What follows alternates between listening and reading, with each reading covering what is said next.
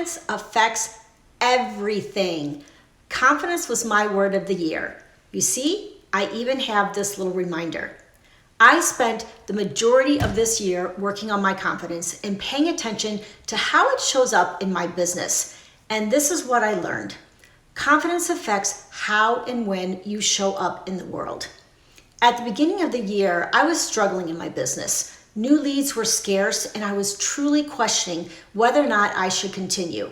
I find myself in a lethargic and unmotivated space. My confidence was taking a huge dip.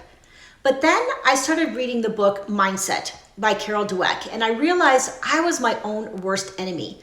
I was taking my lack of business growth personally. I believed I didn't have leads because I wasn't good at what I do. This only fueled my willingness to show up for my business.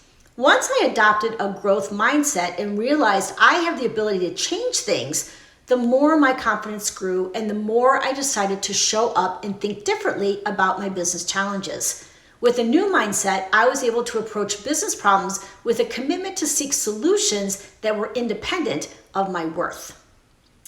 It affects your ability to make decisions.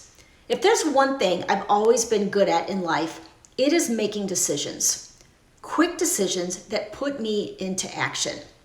But I have noticed that when business owners lack confidence, decision-making is stalled. It's almost as if you pretend you don't have the answers and you stay stuck. Confidence requires us to have faith in our ability to figure things out as we go, to know that we might not have all the answers, but we can still decide to move forward.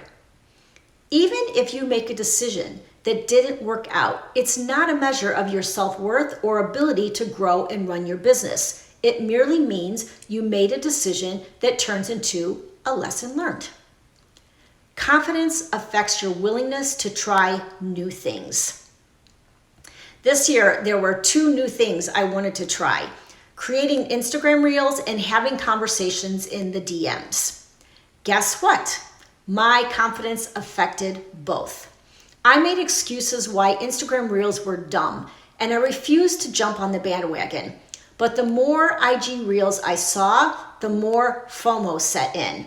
I mustered the courage to try just one. As I created more, my confidence grew, and now I create IG Reels on a regular basis. They may not be viral Reels, but I did it. Now, having conversations in the DMs is another issue. My confidence level on this new goal is suffering.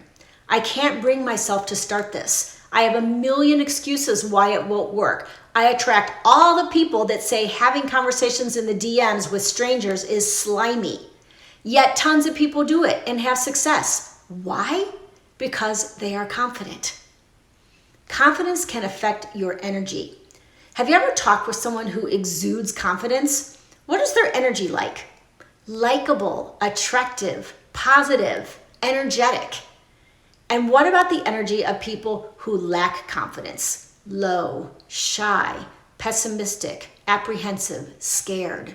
The question becomes, how do you want to show up in the world energetically? For me, that answer is my fuel to work on my self-confidence. It affects your commitment to radical self-care. This is a double-edged sword. Confident people practice radical self-care, and self-care fuels their confidence. When we lack confidence, somehow we convince ourselves that we are not worthy of taking time for ourselves, making choices that serve us, or even setting personal boundaries that protect our souls. This mindset only further diminishes our self-confidence.